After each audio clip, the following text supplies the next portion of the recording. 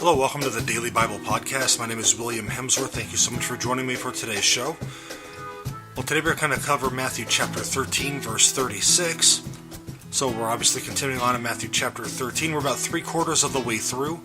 And we're only going to cover one verse today because today's verse acts as a transition from what's going on in Matthew chapter 13 to what will happen later on in the chapter and into chapter 14. So it acts as a transition. Now remember, when the Bible was written, there were no chapter and verses that were separating anything. And so that's why I'm doing this one all by itself. And tomorrow we're going to cover about 4 or 5 verses because it finishes up this section.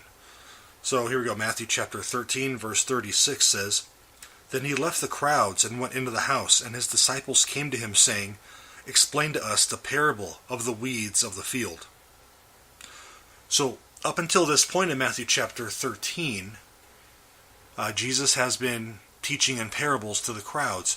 And here he shifts focus. He's in a private home with his disciples. And here the disciples ask him, what does this parable mean? He's shifting from teaching the crowds to teaching his inner circle, teaching his disciples. Now, Jesus' private instruction of his disciples reflects the authority that he's investing with the apostles and their successors to administer his teaching and the sacraments that he's instituting. So it's a verse that is easily overlooked, but it's a great transition to what we're going to find later on. So let me ask you guys a question, though. Let's just apply it to our lives here. So Jesus is in this house. The disciples come to him and ask, what does this teaching mean? Are we that inquisitive? Are we afraid to ask questions on what something in the scriptures means, something what the teaching of the church? Are we afraid to ask questions? Are we trying to find that on our own? Nothing wrong with trying to find the answers on our own. But God has blessed us with a wealth of information and a lot of people that we can ask questions to.